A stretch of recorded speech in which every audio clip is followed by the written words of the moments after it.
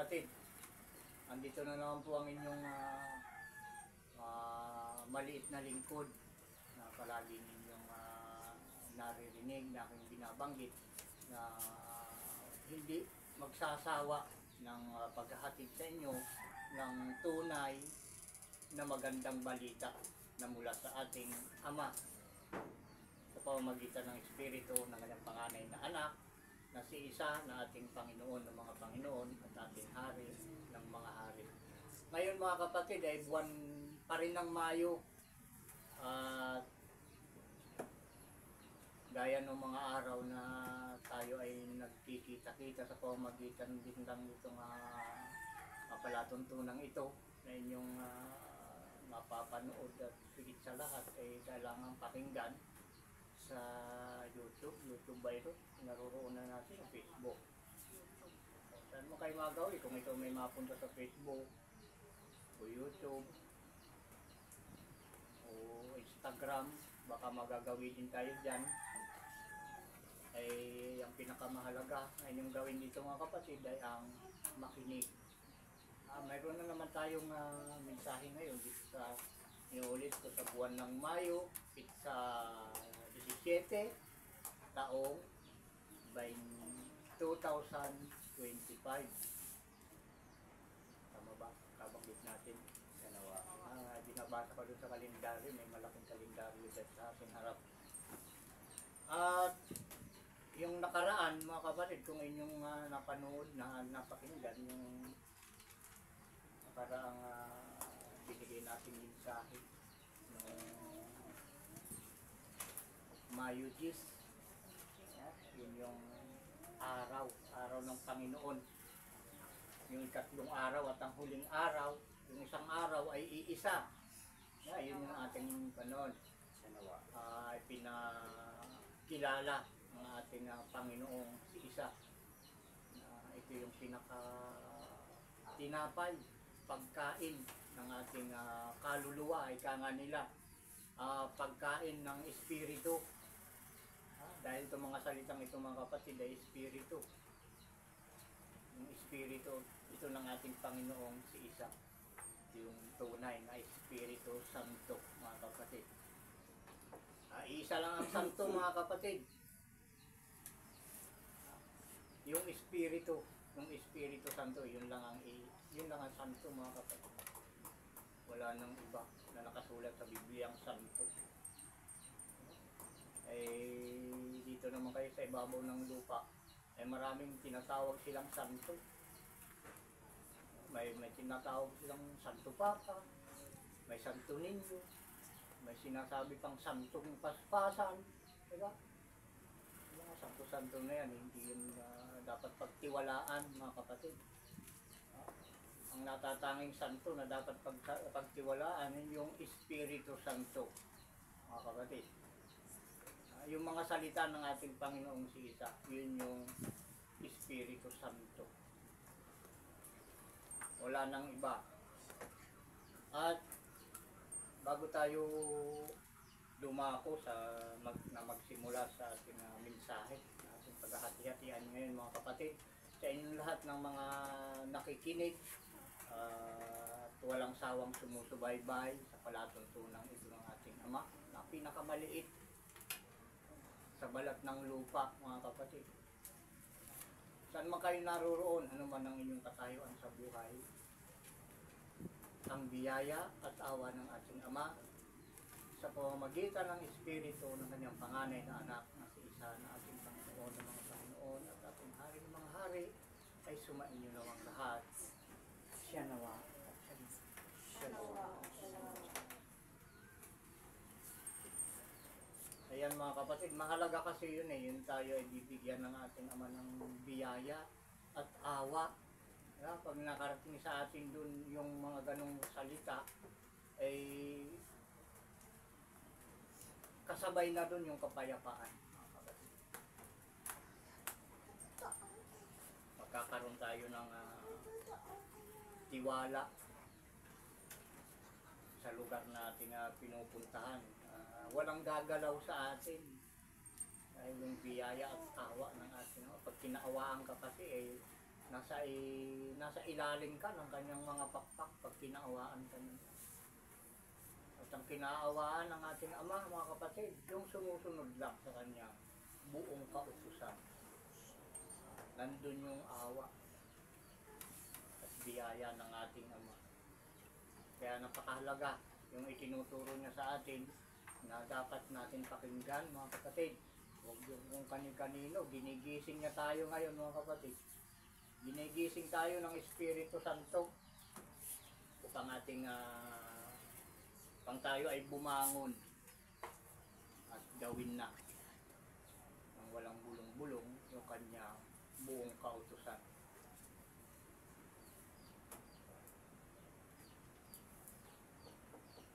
Buong kautusan ang dapat gawin, mga kapatid. Hindi yung ating sariling kaisipan.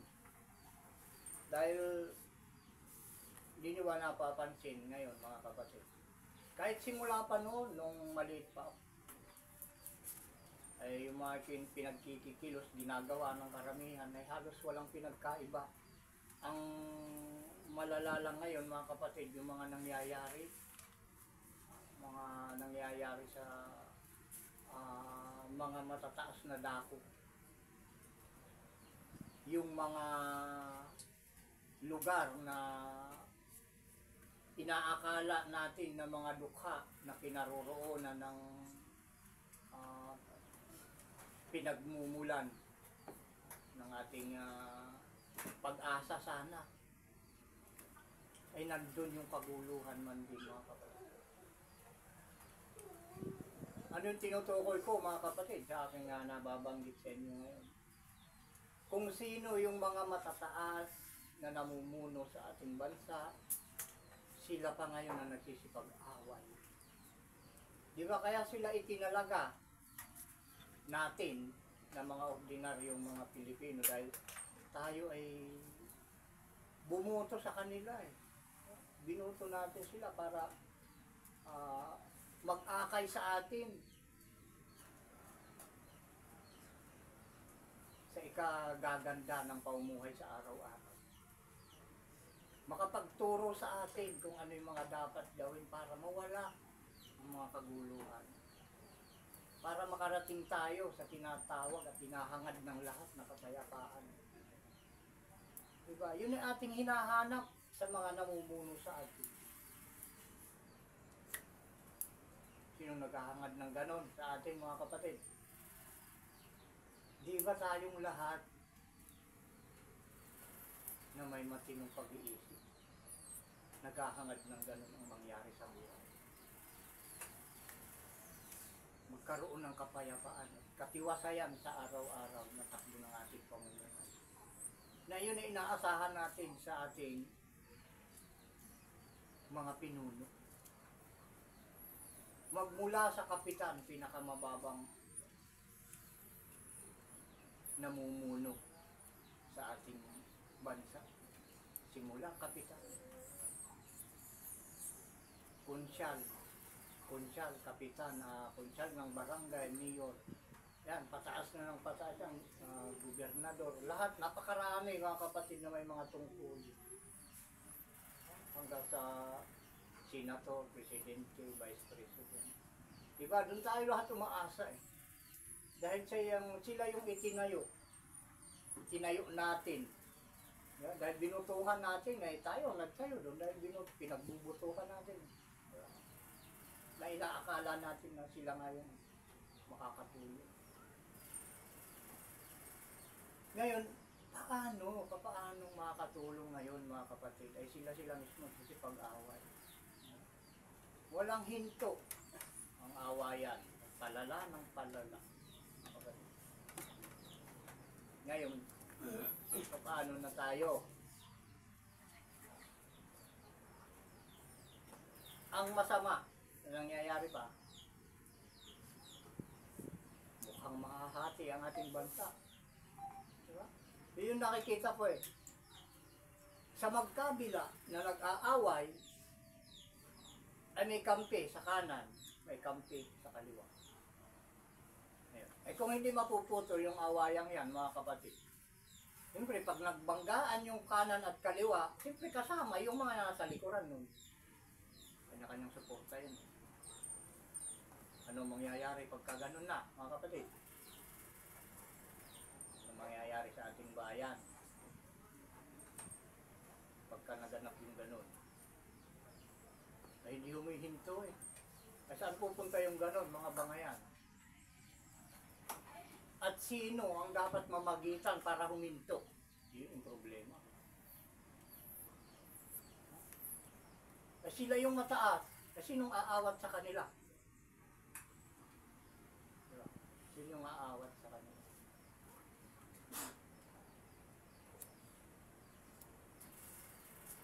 Yan ang dapat natin pag-isipan ngayon.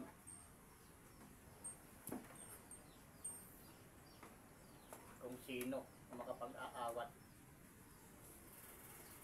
sa nag-aaway na dalawang mataas na namumuno sa bansa. Dahil pag naganap yun, kaguluhan na naman, di ba? Karagdagang kaguluhan na naman yan.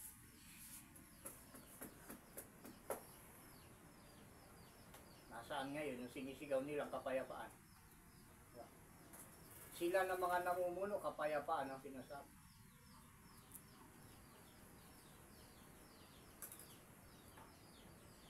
Peace in order. Sabi sa English. Ang tawag doon. Anong sa Tagalog doon? Peace in order. Ano sa Tagalog doon? Kapayapaan na utos na kapayapaan. O kaya hinihiling na kapayapaan, hinihinging kapayapaan. Yung peace kasi, yung iba ay pinipiloso po isda daw. Yung iba ay mukha.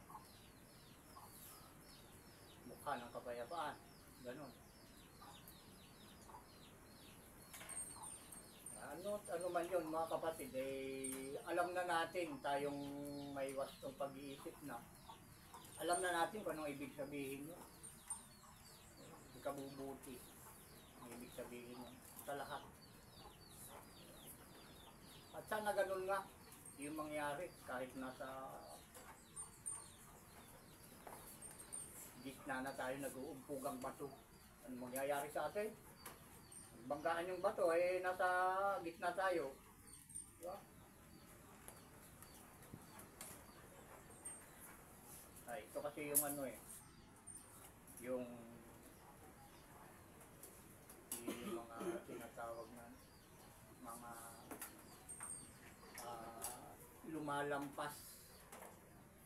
lumalampas sa kanilang tungkulin. Ganun ang nangyayari. Pag lumampas ka sa tungkulin mo, siyempre may pupuna sa'yo. Ngayon, pag pinuna ka, siyempre maangatwiran ka. Sasabihin mo, hindi tama yung pagpuna mo sa akin. Ngayon, pag may ebidensya na tama yung pagpuna sa iyo, ngayon, ikaw na pinuna, na gano'n nga yung ginawa mo, anong gagawin mo ngayon? Ikaw ba'y magtatago sa ibang bansa? Dahil alam mo na pag ikaw ay napatunayan ginawa mo ngayon, makukulong ka eh. Kasi na batas natin ay gano'n eh. Basta inakusahan ka, binigyan ka na ng warrant of arrest, automatic, kulong ka na yan. Hindi pa napapatunayang may kasalanan, kulong ka na. Habang nakakulong ka, lilitisin ka. Kahit sa ibang bansa, ganun din eh.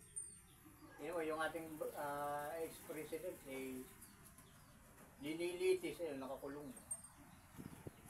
May anak din akong ganun eh, linilitis pa lang, ilang taon nang nakakulong. Hindi pa napapatunayan na ginawa nga, ilang taon nang nakakulong. Napaka yung batas ng tao, grabe. Kaya hindi nawawala yung yung mga nagre-rebuilde dahil sa ganyang patakaran ng batas. Pwede namang pwede namang malaya, nalilitisin eh. Pag may hearing, ganun lang sana, hearing. Sige, hearing, ibig sabihin yung maghaharap-harap, di ba? Ayun yung tawag ng hearing. Harap, maghaharap-harap. Yun lang, saka lang sana aapila. Hindi yung nakakulong. Nakakulong, ay hindi pa naman dapat sana kulong eh, dahil hinala pa lang eh. Hindi sana ganun yung batas. Tingnan nyo kung inyong, kung sino nakikinig sa inyo na marunong sa batas. At sabi ng ating Panginoon sa atin, ay sundin natin kung ano yung kanyang ginawa. Sumunod kayo sa akin at kailanman na hindi kayo maliligaw. Ganyan. Bilangin nga ninyo nung siya ay hinuli. Anong araw siya hinuli? Nung siya pinagsuspitsahan na ano? Makasalanan. Ilang araw ba? Di ba isang gabi siya hinuli. Diba? Huwebes ata. Hinuli siya. Huwebes ng Huwebes ng madaling araw. Maghapon siya linitis ng Biyernes. Nung gabi na magmamadaling pinatay na sila nung hapon na siya pinatay nung Biyernes. Inilibing siya ay maghahating gabi na ng Biyernes. Pinabukasan ay Sabado na. Nakalibing na siya nung Sabado. Di isang araw lang. Biyernes ng madaling araw, hinuli siya. Tapos maghapon na yun, linitis siya. At nung hapon na nga, pinatay na siya. Nung madaling araw na, nung alas 11:30 na siguro nung inilibing siya ng gabi, ng Biyernes, siya inilibing. Tapos kinabukasan Sabado, pagpapahinga na nga, doon siya nagpahinga na, nakalibing na siya nung Sabado na, nung Sabado, ay nakalibing na siya doon eh. So, ganun kabilis. Ganun sana yung gawin ng batas. Pag hinuli ka ngayon, ay litisin ka ngayon din. Hanggang sa magdamag. Dahil yung batas gumagana noon kahit gabi. Diba? Ay dito kasi sa atin hindi na gumagana yung batas pag gabi na. Tulog mo na. Dahil buwanan naman eh. Buwanan naman yung sweldo eh. Hindi naman per oras eh, di ba? Di ba buwanan ng mga sweldo? Kaya wala na yung gabi niya. Dahil buwanan naman. Eh bakante yung gabi. Eh sweldo ka rin yan dahil kasakot ng isang buwan eh yung gabi.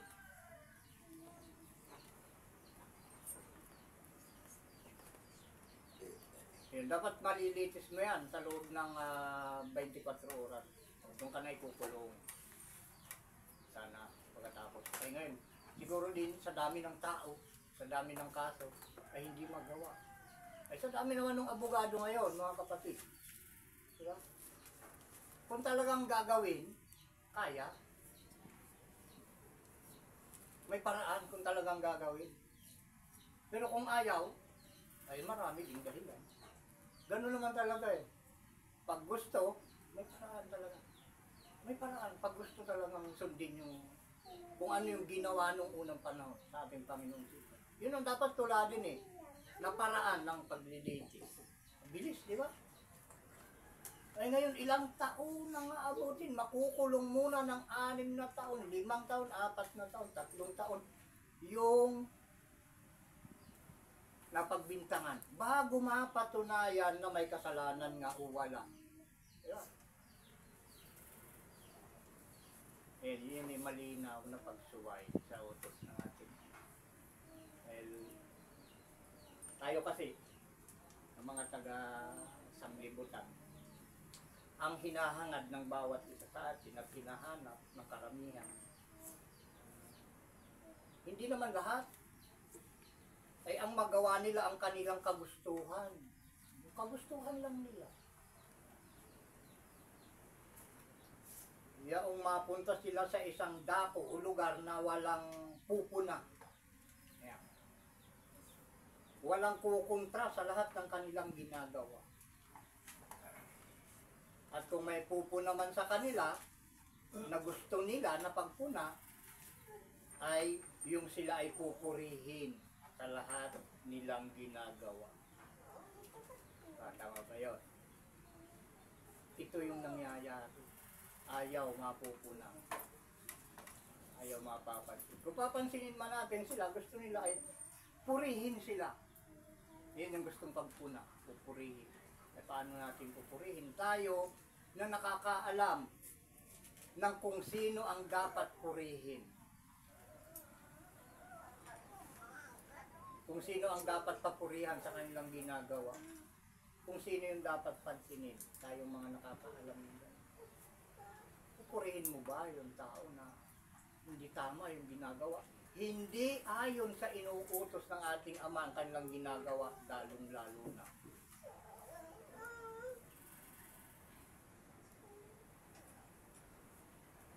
Napakahalaga yon sa ating buhay. Kung gusto natin tayo purihin, ipaglaban natin yung ipinag-uutos ng ating Ama. Sa una, hindi ka pupurihin ng tao. Pero palagi mo kasama doon ang ating Ama. Basta sumunod ka sa utos mo. At sa bandang huli, paniniwalaan ka rin ng tao. Dahil kung ating gagamitin sa araw-araw yung utos ng ating Ama, yung kanyang buong kahatulan, palatuntunan, at mga kautusan, matatahimik ang sanglibutan, mga kapatid. Lalabas ang kapayapaan. Kapag ginawa natin, tinupad natin ang buong kautusan. Walang magaganap na pag-ayon. Dahil nakasulat, mga kapatid, yung mga patakaran ng ating Ama. Yung nangalunya at nagpakalunya ay parehas may kasalanan. Ay iba naman yung ibang kaso, yung rape. Yung rape kasi ay marami kang makikitang palatandaan kung rinip mo yung tao. O yung babae, o yung lalaki. Yung lalaki nare-rape din. Kung nakarinig na kayo ng kasaysayan ng lalaki na ni-rape ng babae. O, may ganong kaso. Kung manood kayo sa palatuntunan ni Tulfo, may maririnig nun, may lalaking nare-rape. Hindi lang babae. May palatandaan ng mga babae pag nare-rape, mga kapatid. Napakadaling malaman. Unang-una, maraming sugat yan, may mga patak yan. Mga puwersahang paghawak. Nandyan, nakabarka dyan. Yun yung mga marka ng rape. Pag sinabi kasing rape, pinilit. Di ba? Rape yung pinilit, rape. Pero pag wala kang makita anumang marka, palatandaan ng pagpuwersa, walang puwersang ginamit, ay hindi yun rape. Nasabi ko sa inyo. Maraming nakukulong ngayon. Marami akong kilala na ganyan. Nakukulong, inakusahan ng rape kahit wala namang palatandaan na yung babae nga ang rape. Nakikamalala yun, kapatid. Hindi yun ang rape. Nakikamalala. Nangalunya, nakikalunya. Ngayon, yung nangalunya at nagpakalunya, parehas ang kasalanan noon. Hindi ko mo babae lang, lalo na kung minor de edad, papanigan nyo kaagad. Ay, naku. Sino may nakakaalam ng batas at nakakarinig nitong mensahe nito at kayo ay may alam sa batas, naku, dapat matuto kayo sa turo ng Ama, hindi sa turo ng tao. Hindi kayo natatakot ay yung magpapatupad ng batas na hindi naman pinag-uutos ng Ama na batas, na may parusa sa inyo ng mga sumusuway. Kailangan magpapatupad ka ng batas yung ayon sa utos ng ating Ama. Kung kilala mo siya. Ngayon, pag hindi ka tumutupad sa utos ng ating Ama, ibig sabihin hindi mo siya kilala. Dahil lahat na nakakakilala sa Ama, tumutupad ng utos niya.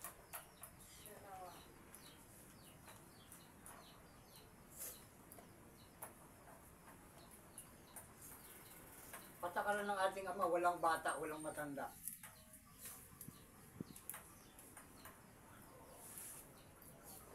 Dahil ang tinutumbok na bata, yung maliliit. Yung bago pa lang naglalakad, yun yung mga bata. Pero kapag marunong ka nang bumasa, marunong ka nang sumulat, marunong ka nang makipag-usap sa mga matatanda, alam mo na yung tama at mali, eh hindi ka nasakop ng kabataan. Minor de edad ka lang pero hindi ka bata. Yun ang tawag doon. Minor de edad. Alam mo yung minor de edad? Ibig sabihin kasi nung naka-minor, kumbaga sa makina, nakakuan ka pa lang, hindi ka naka-revolusyon, wala ka pang lakas, naka-minor ka pa lang. Pero pag sinabing bata, ay yun yung maliliit, bago pa lang nagsasalita. Bago pa lang naglalakad, yun yung mga bata.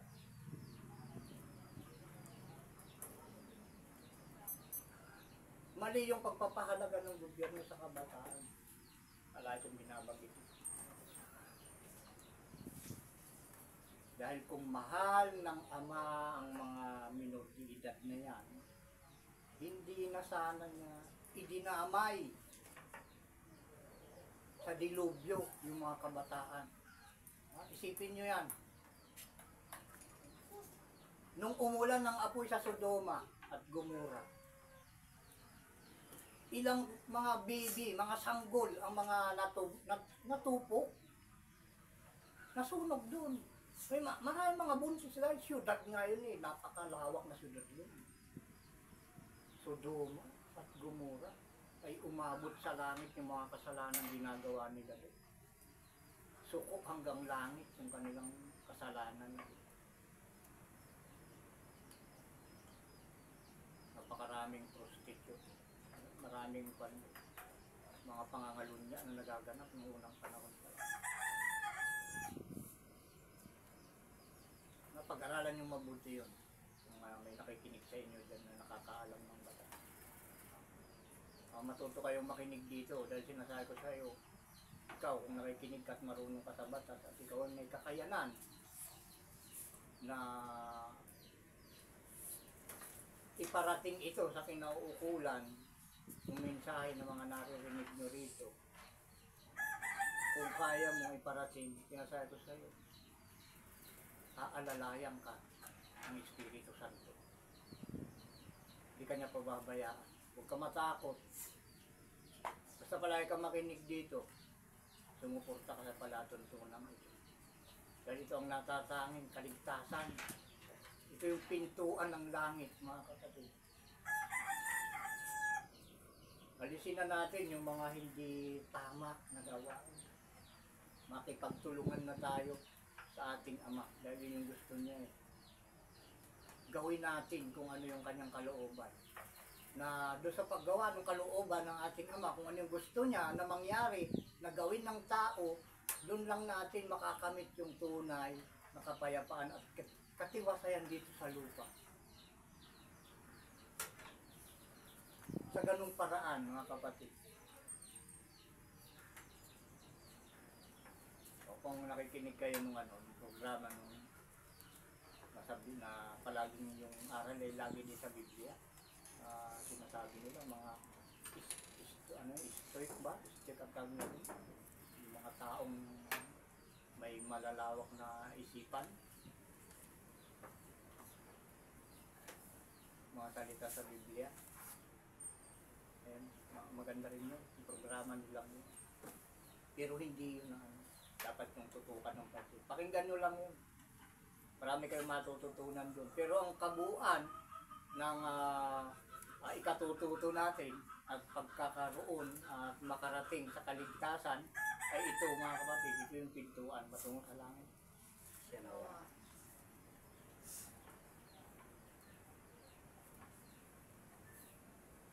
Kaya binaba ng ating Ama, ngayon dito sa huling araw, para ipahanap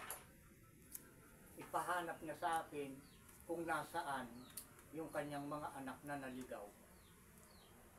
Sa pamamagitan nitong programang ito mga kapatid, yung mga anak ng ating Ama na nasa langit, pinapahanap niya sa atin, sila yung aking mga tunay na mga kapatid.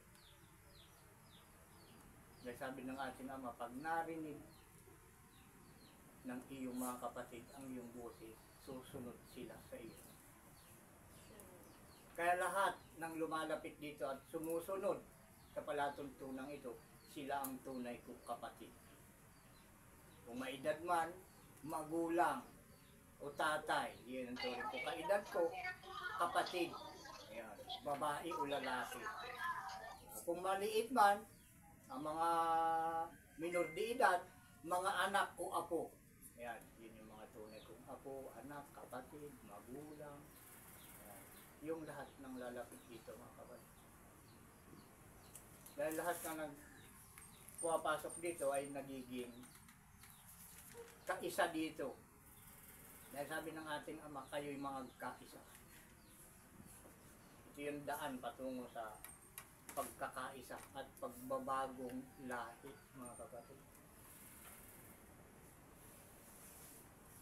At ito nga yung yung hinahangad ng bawat isa, kaya nagkakaroon ng kaguluhan. Ayaw nila na sila mapupuna. Papansinin yung kanilang mga gawain na hindi naman ipinag-uutos ng ating Ama. Ay lalong-lalong na pagbago pa ako sa parito, marami ka dito na maririnig na pagpuna, pagpansin sa iyong mga gawain. Ngayon, kung ikaw ay mapanghimagsik, ay sasama yung loob mo. Diba? Dahil yung mga taong mapanghimagsik lang ay ang aayaw sa tama. Ayaw niya yung tama. At sinasabi ko mga kapatid, napakadaling malaman kung ano yung tama. Ang tama mga kapatid, sabihin ko na sa inyo para madali nyo ring malaman, ay ang sumunod sa buong kautusan. Siya nawa. Pag nakakita ka ng taong sumusunod sa 10 utos mga kapatid, kaibiganin mo yun. Yun ay anak ng Diyos mga kapatid. Anak yun ng ating Ama sa langit. Dahil walang iba na anak ang ating Ama sa langit, kundi yung mga sumusunod lang sa utos niya. Pag di ka sumunod sa utos ng Ama, hindi ka anak. Huwag mong sasabihin, Ama ko, Ama ko. Sasabihin mo sa Ama sa langit, kung di ka naman susunod sa kanyang utos, hindi ka niya tuturing na anak. Dahil nakikilala niya ang kanyang anak. At nakikilala ng anak yung ama niya.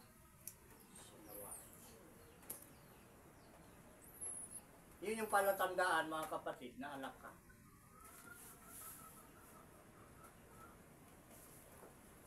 Inaalalayan ka niya sa kamang pumaroon. Lahat ng aapi sa'yo, lahat ng kukontra sa'yo, lahat ng magagalit sa'yo, pawang mapapahiya mga kapatid. Yun yung palatandaan. Huwag kayong umasa na sa kayamanan. Hindi na uso ngayon yung kayamanan mga kapatid. Ang uso ngayon yung paggawa ng kabutihan. Dahil nandun yung kaligtasan mga kapatid. May pangako ang ating Ama sa mga gumagawa ng mabuti. Noon ay binabaliwala yan. Pero ngayon, tingnan yung mabuti mga kapatid. Pagmasdan yung mabuti yung mga tao na gumagawa ng eksakto sa ipinag-uutos ng ating Ama. Pagmasdan nyo silang mabuti kung anong nangyayari sa kanila. Hindi na uso ngayon yung pan. Wala na yung sinasabing pag naging bayani ka, patay ka, ika nila. Wala, hindi na ngayon. Wala na ngayon yun dahil binabago ng ating Ama ang lahat ng mga bagay. Wala daw buhay na bayani, ika nila. Noon yun mga kapatid. Pero ngayon, may pangako ang ating Ama. Binigay niya sa atin, may buhay na walang hanggan sa lahat ng sumusunod sa kanyang buong kautusan. Paano ka mamamatay ngayon dyan? At sinabi pa niya, subukin mo ako sa bagay na ito. Kaya subukin ninyo. Wala pang sumusubok eh.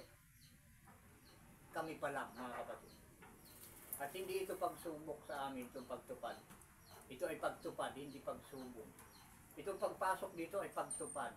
Hindi namin ito pinasok. Hindi namin pinasok, kundi ipinasok kami ng Ama dito. Dahil siya tumawag eh. Tumawag sa amin. Kami ay pinili ng ating Ama. At gusto ng ating Ama tayong lahat maging ganito. Maging matunurin sa Kanya. Dahil yung mga salita nga na ibinigay na sa atin hanggang ngayon ay nananatili hanggat hindi nababago ang lahi.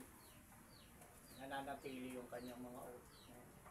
Ngayon, pag nabago na ang lahi, tumupad na tayo sa utos ng ating Ama, mawawala na yan ko na yan. Yung utos mawawala na, hindi na tayo alipin ng kautusan dahil sumusunod na tayo. Pag sumusunod ka na, kailangan pa bang utusan ka? Anawaan nyo mga kapatid. Hindi ka na uutusan dahil tumutupad ka na. Kaya hindi ka na alipin ng kautusan kapag tumutupad ka. Ganun yung anak na masunurin mga kapatid.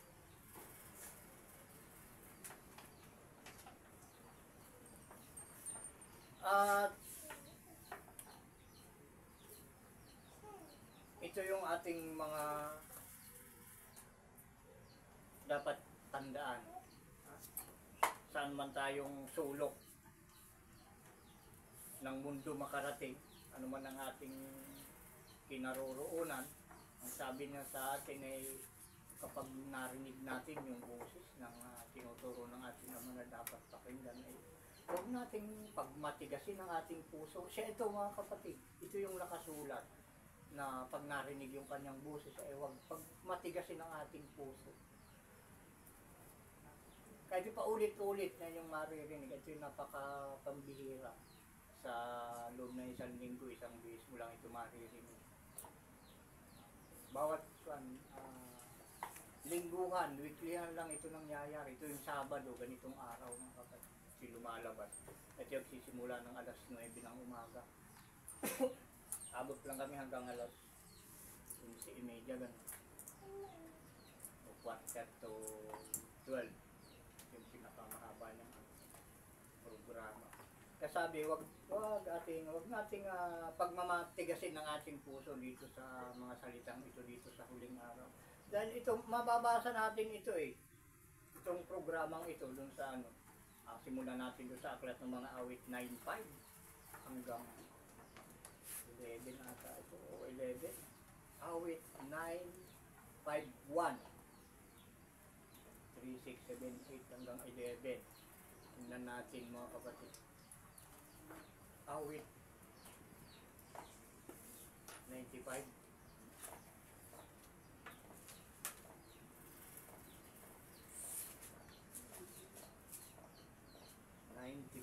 One hanggang 11. Ayan, ay buo. Tinapos pala mga kapatid.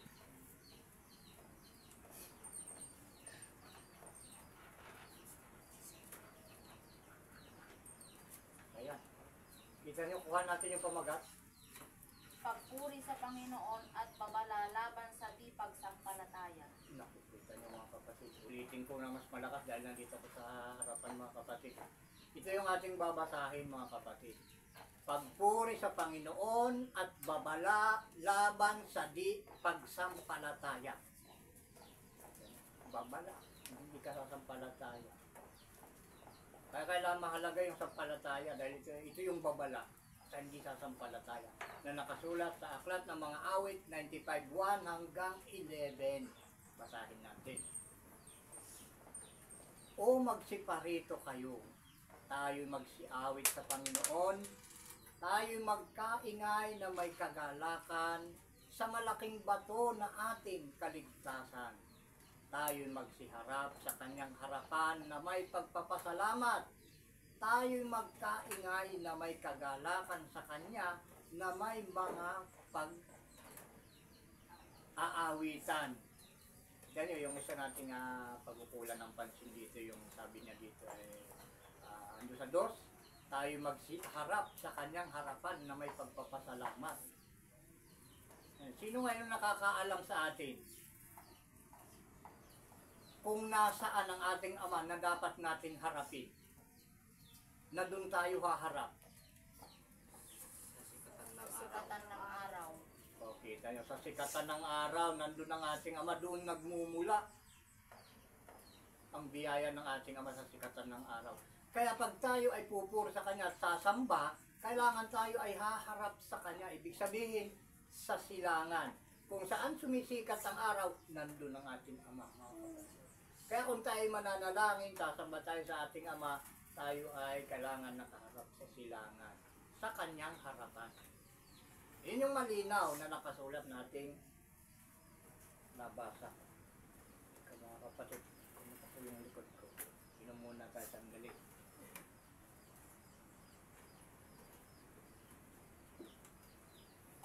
Marami kasi yung napapansin natin na nagsisipagsamba kung saan-saan sila nakaharap. Kung pag ganun yung pwesto ng kanilang simbahan, dito nakaharap. Yung iba ay dyan. Yung iba ay doon. Mayroon ding pa isa-isa na natatiming sa silangan. Mayroon ding ganun. Pero bihira. At yun ay iisang relihiyon, pero marami silang simbahan at kung saan-saan nakaharap. Diba? Pansinin ninyo mga kapatid. Ang itinuturo ng ating Ama na nakasulat dito, haharap tayo sa kanyang harapan.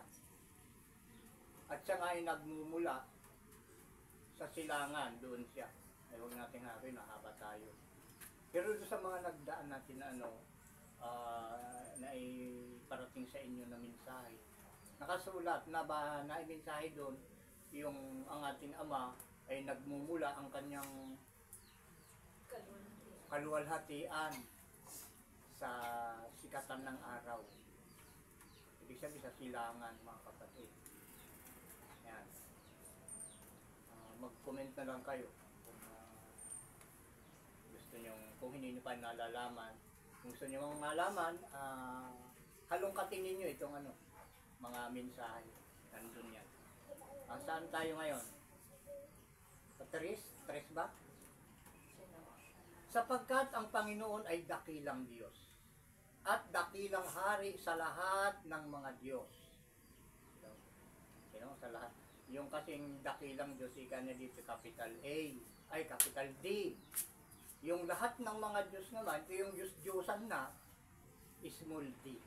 Kung mapapansin ninyo sa ating binabasa. Iba yung tunay na Diyos, big letter yung D. Papansin natin. Tama ito sa inyo? Yung mga Diyos, ika niya small d. Maliit nga dahil hindi tunay. Papansin nyo yung tunay na pangalan ay yung simula ay capital letter, di ba? Lahat nating pangalan, yung simula nating pangalan, ay sabi nila ay big letter. Ayun yung tunay. At dakilang hari sa lahat ng mga Diyos, ikanya dito 3. Nasa kanyang kamay ang mga malalim. Nasa kanyang kamay ang mga malalim na dako ng lupa. Ang mga kataasan ng mga bundok ay kanya rin. Ang dagat ay kanya at kanyang ginawa. At ang kanyang mga kamay ay lumikha ng tuyong lupa. O magsiparito kayo. Tayo'y magsisamba at magsiyukod. Tayo'y magsiluhod sa harap ng Panginoon na may lalang sa atin. Yung luluhodan natin, ating pagyuyukuran, ay yung Panginoon na may lalang sa atin. yung lumikha sa atin. Sana malinaw sa inyo, mga kapatid na nakikinig at nanonood dito. Yung may lalang, yung dapat luhuran. Hindi yung nilalang Dahil yung mga Diyos-Diyosan, mga rebulto, nilalang yan, mga kapatid. Ang lumalang, yung nasa langit ng mga langit. Yun yung dapat pagdasalan, pagsambahan, luudan, mga kapatid. Inuulit ko, yung may lalang sa atin. Naulit ko na naman, yung mga rebulto, yung mga larawan na yan, linalang yan, mga kapatid. Linalang, hindi yan dapat luhudan, hindi yan dapat dasalan. Hindi dapat magsiyukod yan, kahit sinong tao. Yung may lalang lang. Yun yung hindi natin nakikita. Sa 7, sapagkat siya'y ating Diyos at tayo'y kaniyang bayang pastulan at mga tupa ng kaniyang kamay. Ngayon, kung inyong diringgin ang kaniyang tinig, huwag ninyong papagmatigasin ng inyong puso gaya ng Mereba. Dito ko lang sa atin to. Gaya ng kaarawan ng masa sa ilang. Nang tuksohin ako ng inyong mga magulang, tinikman ako at nakita ang gawa ko. 40 taong namanglaw ako sa lahing yaon. At aking sinabi, bayan na nagkakamali sa kanilang puso at hindi naalaman ng aking mga daan. Kaya't ako'y sumumpa sa aking puot na sila'y hindi magsisipaso sa aking kapahingahan. Alam niyo yung hindi makakapasok sa kanyang kapahingahan dito sa kanyang ikapitong araw. Ito sa Sabat na ito na ating pinagsasambahan. Ang sinabi niya dito, yaong mga tao na nagkamali sa kanilang puso. Ando sa 10, 40 taong namanglaw ako sa lahing yaon at aking sinabi, bayan na nagkakamali sa kanilang puso at hindi naalaman ng aking mga daan. Ayun. Hindi alam yung kanyang daan. Yung daan kasi niya kung ano yung kanyang itinuturo sa atin. Ito ang inyong gawin. Ito ang inyong ganapin. Ito ang mga kahatulan ko, ito ang mga palatuntunan ko, iyon yung kanyang daan, mga kapatid. Yung mga hindi dumadaan doon, hindi gumaganap ng mga palatuntunan yun at kahatulan, yun yung mga hindi makakapasok sa kanyang kapahingahan. Di ba na, ay hindi natin nabanggit pa kanina, yung nagpahinga siya nung ikapitong araw, Sabado, nung siya ay na mahinga. Nung siya ay pinatay, Biyernes ng gabi. Sabado siya inilibig, doon siya nagpahinga. Ilang oras lang. Nung Linggo, wala na siya, buhay na siya. Tapos na siyang magpahinga. Diba? Sana naabot na yung isipan ng ibig kong sabihin, mga kapatid. Ng araw ng pagpapahinga, kapahingahan ay ang Sabat. Sabbath day, sabi nga nila, yung ikapitong araw. Ayun, yun yung hindi magsisipasok sa kapahingahan ng ating Panginoon na itong araw na ito. Kaya nakakapasok lang dito ay yung nakakaalam ng daan ng Panginoon. Yung mga narito ngayon, mga kapatid, at kayo na rin na nakikinig, na palagi sa palatuntunan ito. Nakakapasok kayo sa kapahingahan yaon, mga kapatid. Sabi dun sa ano kanina dun sa 7 at 8 kung inyong marinig ang kanyang tinig, huwag inyong papagmatigasin ang kanyang puso na gaya sa Mereba, gaya sa kaarawan ng masa sa ilang. Andito na naman yung tinig ng ating Panginoon at itong bibig niya, itong ginagamit niya ngayon mga kapatid. Na ito lang yung mapapansin ninyo na kakaiba sa sinugo ng ating Ama, yung bibig niya kakaiba. Pambihira yung bibig niya ng ganon. At yun na hindi natin na pinagyayabang. Ang pinagyayabang natin dito, yung mga salitang lumalabas sa ating bibig. Siya nawa. At ito pa, andoon, ay natapos na ba natin yung 11? Yun.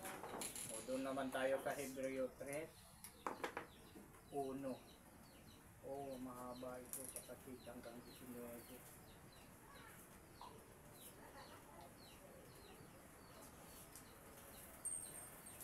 Napakahaba. Basahin natin kahit gano'n. May ano pa tayo, may ilang minuto pa tayo. Hebreo 3:1 hanggang 19.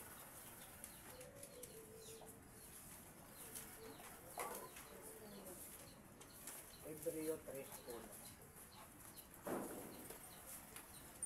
Ay, talagang tinapos din mga kapatid.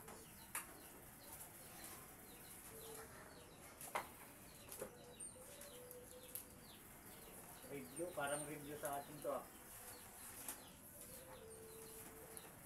Inubos yung ano, yung kapitulo 3 ng Hebreo 1 hanggang 19.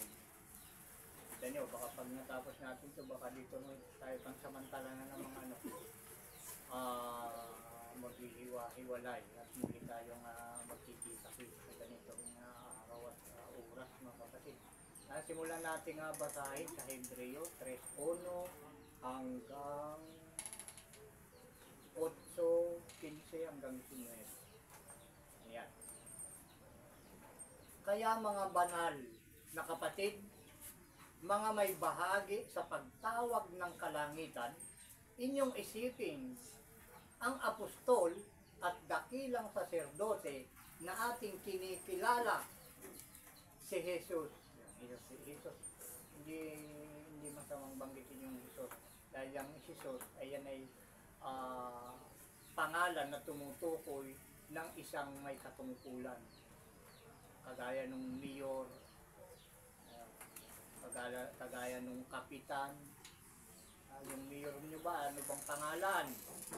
Kagaya ng Jesus, yan ay isang pangalan ng katungkulan. Jesus. Kaya nga nakasulat dito na ang Panginoong si Jesus ay may pangalan. Diba? Nanawaan nyo mga kapatid? Siya nawa. Si Jesus ay may pangalan. Sa pangalan ni Jesus, ika niya. Diba? Nakasulat yan. Sa pangalan ni Jesus, sa pangalan ng ating Panginoon, at siya ay may bagong pangalan. Yan. Parang nalalayo na naman tayo. Kinikilala. Sa number 2, na siya ay tapat na naglagay kagaya, ano ba yan? Naglagay sa kaniya na gaya rin naman ni Moises sa buong sangbahayan niya. Ay, bababa ko na lang. Sapagkat siya ay inaring may karapatan sa lalong kaluwalhatian kaysa kay Moises. Palibhasa ay may lalong karangalan kaysa bahay, yaong nagtayo ng bahay. Ano nga nito? Yung ating Panginoon kasi ang kapangyarihan at karunungan ng ating Ama. Itinayo niya si Moises na pinakabahay. Kaya sabi niya, may palibhasa ay may lalong kapangyarihan kaysa bahay, yaong nagtayo ng bahay. Ang nagtayo kay Moises ay ang ating Panginoon. Na si Moises ay siyang bahay, kaya mas lalong may karangalan yung nagtayo sa kanya kay Moises. Sino nagtayo sa kanya ay yung ating Panginoon, si Isa, dahil siyang kapangyarihan at ang karunungan ng ating Ama. Kaya siya may higit na karangalan kaysa kay Moises. Sapagkat ang bawat bahay ay may nagtayo, datapwat ang nagtayo ng lahat ng mga bagay ay ang Diyos. Ang Diyos, ang ating Ama sa langit. Siya yung tagapag-utos.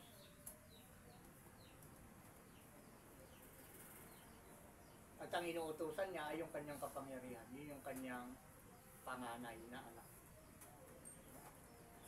At sa katotohanan, si Moises ay tapat sa buong sangbahayan niya gaya ng lingkod na pinakapatotoo sa mga bagay na sasabihin pagkatapos.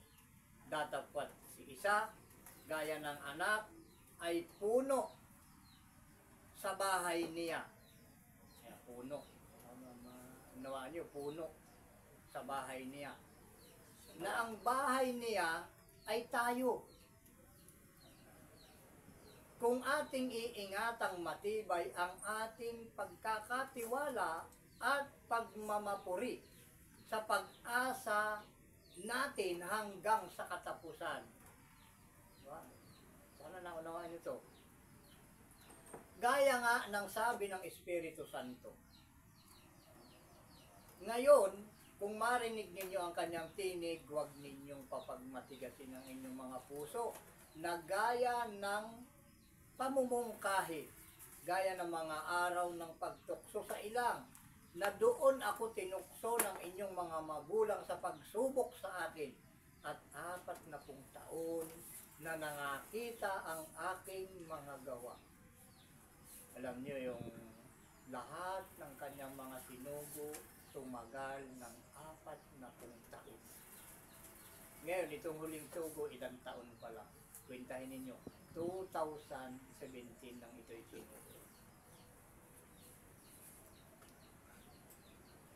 Ilang taon pa lang? 8. Ngayon, kung 40 taon, dahil lahat ng sinugo niya, pati ang kanyang panganay na anak ay 40 taon din dito nagturo sa ibabaw ng lupa. Siya'y nagpasimulang nagturo nung nag-edad siya ng 30. At natapos siyang magturo nung mag-edad na siya ng 70. Saka siya umakyat sa langit. Kaya malinaw, 40 taon din siya. Kaya itong nakasulat dito, tama ito. Sabi niya, 40 taon na nakakita ang aking mga gawa. Ganon din sila Noe, sila Moises.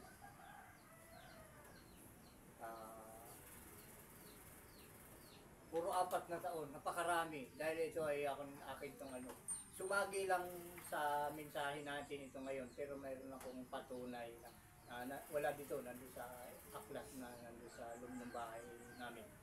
Nakasulat doon na halos lahat ng kanyang sinugo ay tumagal na 40 taon. At bilang huli, itong ating Panginoong si Isa, huli sa lahat ng kanyang mga tagapagturo na tapat at totoo, dahil siya yung panganay, siya rin ang huli, ika ng ating Ama, at kasama ng huli ay 40 taon din niyang ginanap.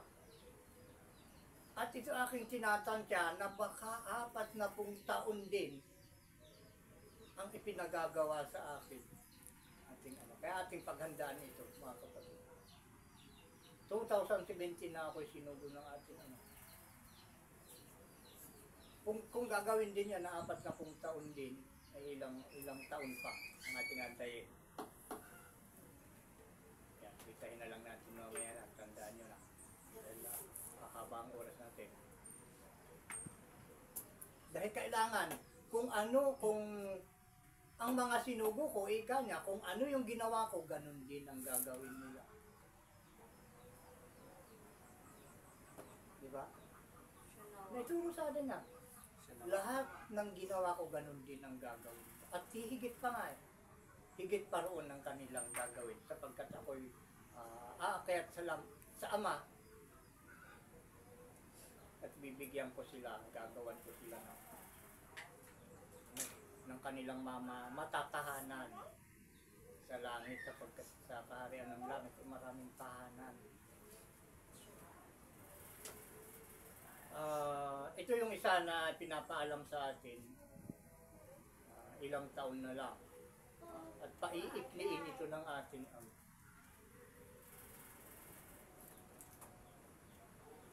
Kaya tiyatandaan natin yung mga taon na lumilipat. Dahil pinalam ito ng ating Ama na lahat ng kanyang sinugo ay pinatagal lang niya ng 40 taon. Dahil sila Eno, si Daniel, halos lahat, tandaan ninyo, kahit basahin ninyo. Palaging 40 taon na. Huwag nyo isipin, malayo pa pala, gagawa pa ako ng masama. Ay, di kayo makarating doon. Pag narinig nyo ito, itong boses na ito, binabanggit nga dito, huwag na ninyong pagmatigasin ang inyong puso. Sumunod na. Ituloy na natin. Nabanggit natin kanina ata dito.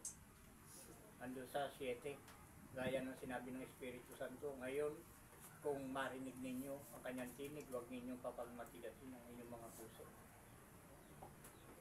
7:8. Ituloy natin dahil ang 19 tayo. Sabi niya dito sa ika-10, dahil dito'y nagalit ako sa lahing ito. Itong lahing ito, mga kapatid. At aking sinabi, laging sila'y nangagkakamali sa kanilang puso. Ngunit, hindi nila nangakilala ang aking mga daan. Tunay ba na hindi nakikilala ng sanglibutan ang daan ng ating Panginoon? Wala din na yung makakapagsabi na alam ng sanglibutan ng daan ng Panginoon. Kung alam ng sanglibutan ang daan ng ating Panginoon, wala sanang nagnanakaw. Wala sanang nangdadaya. Di ba sikat na sikat yung pagnanakaw sa kaban ng bayan? Di ba? Kung ikaw na nagnanakaw sa kaban ng bayan, at kahit sa mga tindahan, nakukuha sa mga CCTV, nabibidyohan mga nagnanakaw eh. Kung alam yan, ay hindi sana ginagawa. Dahil sa hindi nalalaman, kaya ginagawa yung pagnanakaw. Huwag kang papatay, ika ng ating Ama. Sino mga pumapatay? Diba? Ang higit na nakakarami sa pagpatay ay yung may mga kapangyarihan. Diba? Yung may mga tungkulin, mga may pinag-aralan. Diba?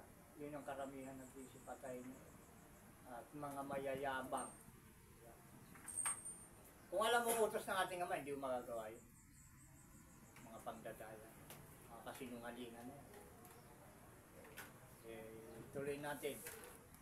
Laging sila nagkakamali sa kanilang puso, ngunit hindi nila nangakilala ang aking mga daan. Ano pat aking isinumpa sa aking kagalitan, na sila'y hindi magsisipasok sa aking kapahingahan. Kita nyo. Yung mga gumagawang gano'n, hindi makapasok dito, mga kapatid. Dahil andito yung kapahingahan ng ating Panginoon noong ika-7 araw. Ngayon, kung kayo nalalaman ninyo ang utos ng ating Ama, yung kanyang daan, sigurado nandito na kayo. Nakapasok na kayo dito eh. Dahil ito yung kapahingahan na itinuturo ng ating Ama. Hanggat hindi ninyo nalalaman ang daan ng ating Panginoon, hindi kayo magagawi rito. Sabi ko. Inuulit ko, pag nalaman ninyo ang daan ng Panginoon, sinisigurado ko, nandito kayo. Dahil ito yung kapahingahan at sinasabi niya sa 11, ano pat aking isinumpa sa aking kagalitan, sila'y hindi magsisipasok sa aking kapahingahan. Hindi nga makapasok dahil wala sila dito. Ang nandito lang yung nakakaalam ng daan ng ating Panginoong si Isaw. Sila lang. Kami lang, mga kapatid, ang nakakaalam ng daan ng ating Ama. Kaya kami nandito. Nandito kami sa looban ng kapahingahan ng ating Panginoong si Isa. Kaya binabanggit niya kanina, ilang ulit natin sinasabi, ando sa 7, gaya ng sinabi ng Espiritu Santo. Ngayon, kung marinig ninyo ang kanyang tinig, huwag ninyong papagmatigasin ng inyong mga puso. Ito yung tinig na yon. Kanina pa lang sinasabi ko na sa inyo na ito yung tinig na yon. Tuloy natin. sa sa 12, magsipag-ingat kayo, mga kapatid. Baka sakaling mayroon sa kanino man sa inyo ng isang pusong masama na walang pananampalataya na naghihiwalay sa inyo sa Diyos na buhay. Ngunit kayo'y mga pangaralan sa isa't isa araw-araw.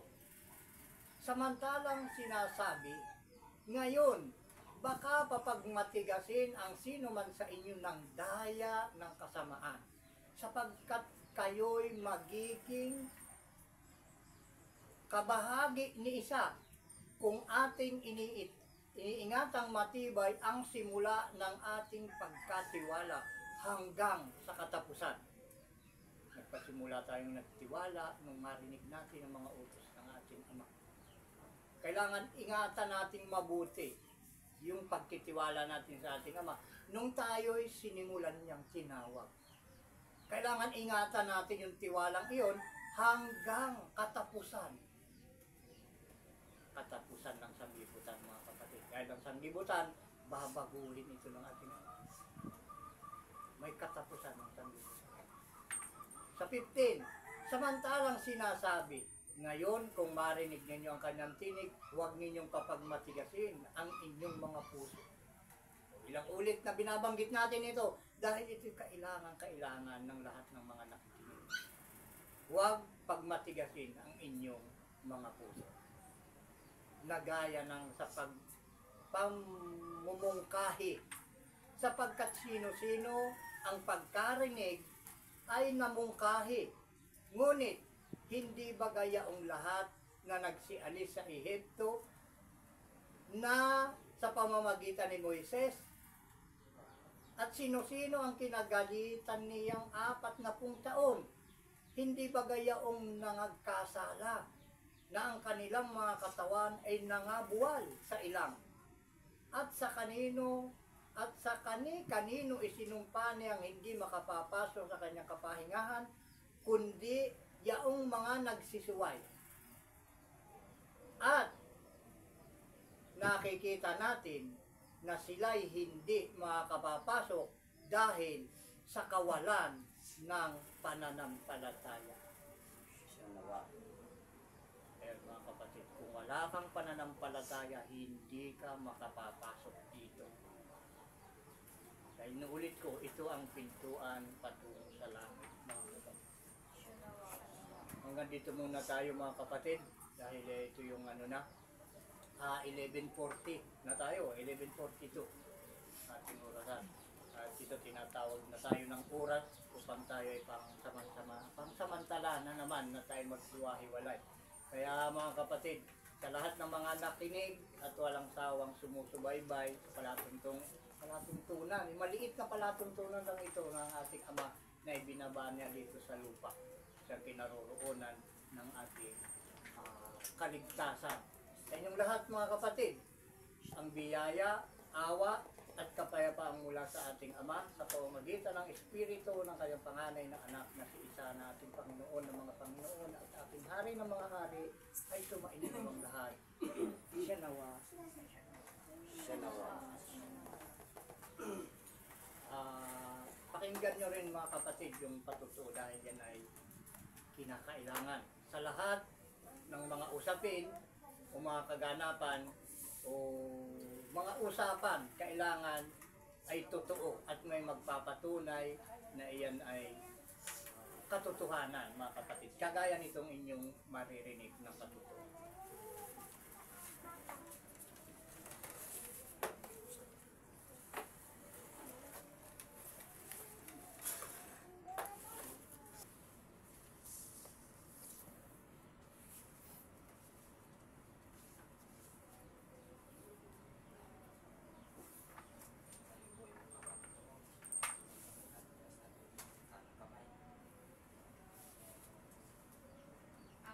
Ang walang halaga